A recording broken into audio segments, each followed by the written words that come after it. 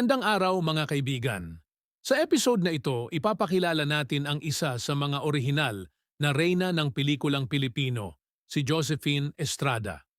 Isa siyang tanyag na aktres noong dekada 50 at 60, nakilala hindi lamang sa kanyang angking kagandahan, kundi pati na rin sa kanyang husay sa pag-arte. Sabay-sabay nating balikan ang makulay na buhay at karera ng isang aktres na nag-iwan ng hindi matatawarang bakas sa kasaysayan ng Philippine cinema.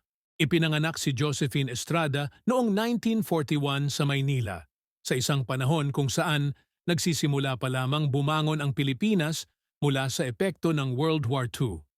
Sa kabila ng mga hamon ng kanilang panahon, nagpakita si Josephine ng interes sa mundo ng sining, partikular na sa pag-arte at fashion. Bata pa lamang, nahumaling na siya sa mga artista at pelikula, na kalaunan ay naging daan upang siya ay pumasok sa mundo ng showbiz. Si Josephine Estrada ay isa sa mga natatanging mukha ng Philippine cinema noong dekada 50 at 60. Naging isa siya sa mga pinakatanyag na aktres ng Sampaguita Pictures, isa sa pinakamalaking film studios noong panahon na iyon. Ang kanyang unang paglabas sa pelikula ay agad na napansin dahil sa kanyang maladyosang kagandahan at natural na talento sa pag-arte.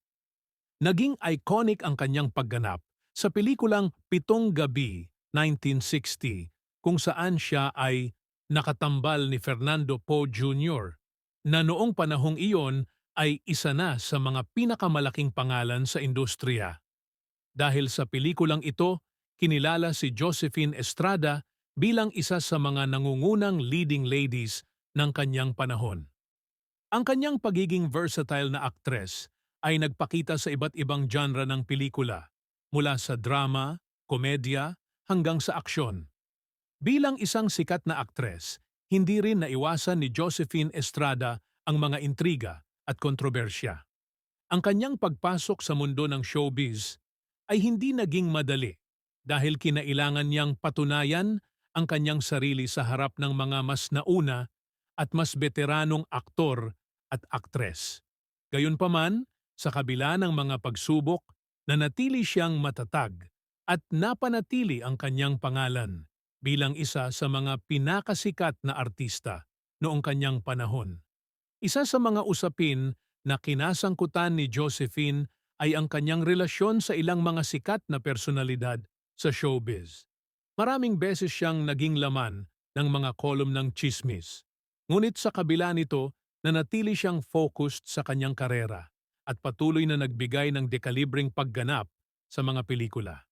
Habang patuloy na umuunlad ang kanyang karera, nagkaroon din si Josephine ng mga pagkakataong makatrabaho ang ilan sa mga pinakamagagaling na direktor at artista ng kanyang panahon. Naging bahagi siya ng mga pelikulang naging batayan ng golden era ng Philippine cinema, kung saan itinatag niya ang kanyang reputasyon bilang isang respetadong aktres. Ngunit habang lumilipas ang mga taon, unti-unting bumagal ang kanyang pagganap sa pelikula. Pumasok siya sa mas pribadong buhay at nagdesisyon na maglaan ng mas maraming oras sa kanyang pamilya. Gayunpaman, ang kanyang mga pelikula ay nananatiling patunay ng kanyang natatanging kontribusyon sa industriya. Sa mga huling taon ng kanyang buhay, si Josephine Estrada ay mas pinili ang isang mas tahimik na pamumuhay malayo sa mga kamera. Bagamat hindi na siya aktibo sa industriya, ang kanyang mga pelikula ay patuloy na tinatangkilik at pinahahalagahan ng mga tagahanga ng classic Philippine cinema. Ang kanyang kontribusyon ay naging bahagi ng kasaysayan at siya ay patuloy na naaalala bilang isa sa mga pinakakinikilalang leading ladies ng kanyang panahon. At diyan nagtatapos ang ating pagtalakay sa buhay at karera ni Josephine Estrada, isang aktres na nagbigay buhay sa maraming karakter na minahal ng publiko. Sa kanyang husay at dedikasyon sa sining, siya ay nag-iwan ng pamana na patuloy na nagsisilbing inspirasyon sa mga bagong henerasyon ng mga aktor at aktres. Huwag kalimutang mag-subscribe para sa mas marami pang kwento ng mga alamat ng Philippine cinema. Maraming salamat sa inyong panunood. Dito lang yan sa Pinoy Wisdom